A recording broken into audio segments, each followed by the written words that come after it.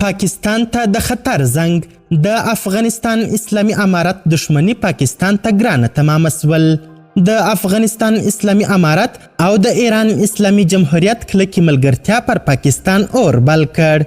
ایران د پاکستان پر ضد د افغانستان د اسلامي امارت ملاتړ ته راودانګل.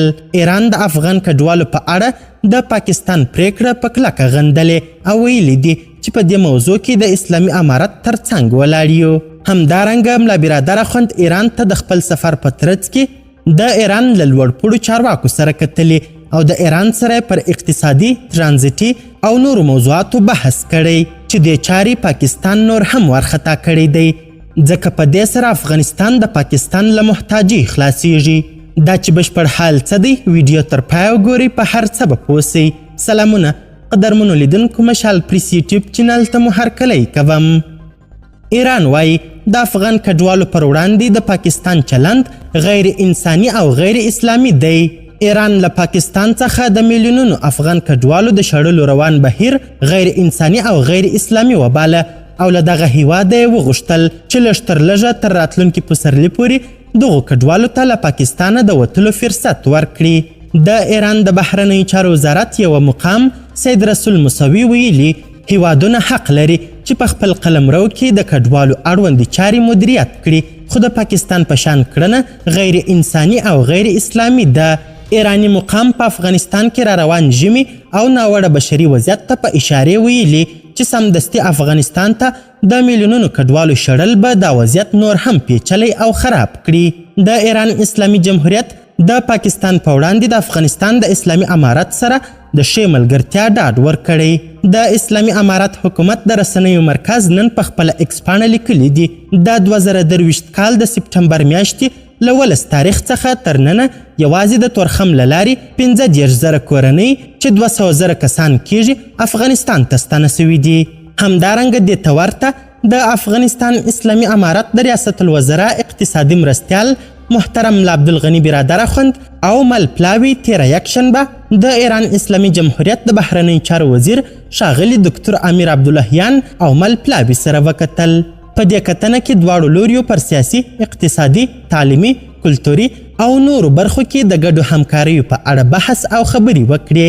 د ریاست الوزرا اقتصادي مرستیال د خپلو خبرو پر مهال وویل افغانستان او ایران د تاریخ په اوږدو کې دوه دوست او ګاونډي هیوادونه پاتې سوي چې یو له بل سره ښې سیاسي، اقتصادي او کلتوري اړیکې لري او پکار ده چې د یادو اړیکو د پراختیا او پیاوړتیا لپاره په ګډه کار وسي.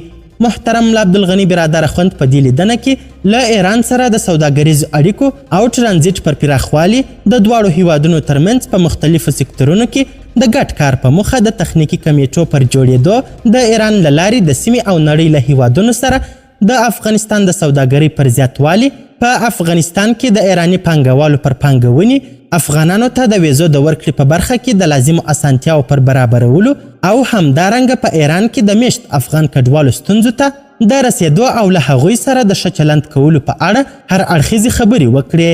محترم لا برادر اخوند زیاته کړه چې افغانستان غواړي د ایران له لارې افغاني صادرات او واردات زیات کړي. په همدې موخه له ایران اسلامي جمهوریت څخه غواړو چې په دې اړه لازمي اسانتیاوې رامنځته کړي.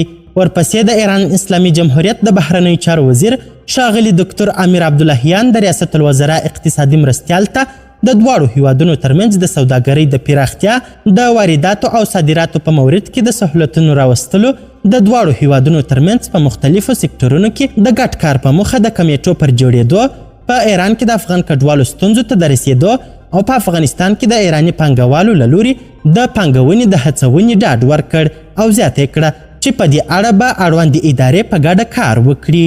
همداراز په ناسته کې د واخان کوریډور پر جوړولو او له دې لارې څخه پر استفادې دواړو لوریو ټینګار وکړ او زیاته یې کړه چې دا لاره د دواړو هیوادونو په ګټه ده او توافق وسو چې له دواړو لوریو څخه د دې کار د تیزوالي او ښې همغږۍ لپاره مشترکې کمیټې جوړې سي. د ملا عبدالغنی برادر دغه سفر او د امیر عبداللهیان سره په لیدنه کې پر دغو مواردو بحث پاکستان سخت غوسه کړی دی او ډیره ویره لري چې افغانستان به زموږ سره سرحدي دروازې او خپل صادرات واردات کم کړي. قدرمنو لیدونکو، د ویډیو له کتلو مننه.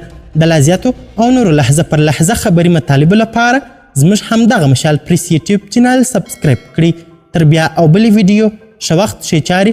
د الله په امان.